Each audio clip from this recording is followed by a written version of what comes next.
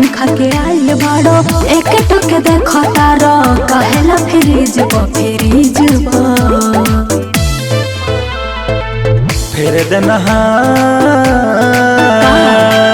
फिर दन हाथ गोरी हबड़ा ब्रिज पर, फिर दन हाथ गोरी हबड़ा ब्रिज पर, फिर दन हाथ गोरी हबड़ा ब्रिज पर, फिर दन हाथ गोरी हबड़ा ब्रिज पर। मुँह ना देखलो।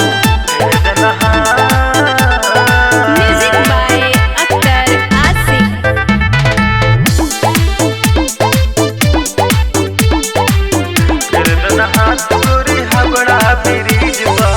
अमूरी से खोदा जानी चेक करो टोई, ले ले अब सब भले दाम जवन होई। अमूरी से खोदा जानी चेक करो टोई, ले ले अब सब भले दाम जवन होई। काहेला लो भाईल बाड़ो हमारा तो चीज पर चीज पर। फिर दन हाथ गोरी हबड़ा ब्रिज पर, फिर दन हाथ गोरी हबड़ा ब्रिज पर, फिर दन हाथ गोरी हबड़ा ब्रिज पर, फिर दन हाथ गोरी हबड़ा ब्रिज पर। तोरा बाप के माल हका।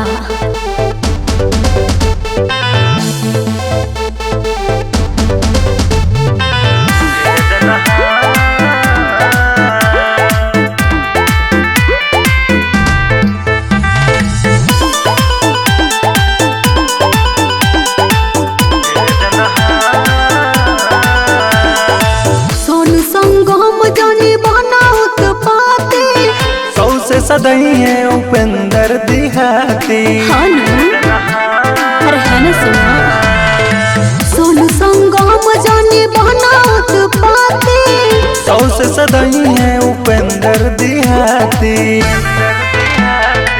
रखा ध्यान राहुल अपना तमीज पर।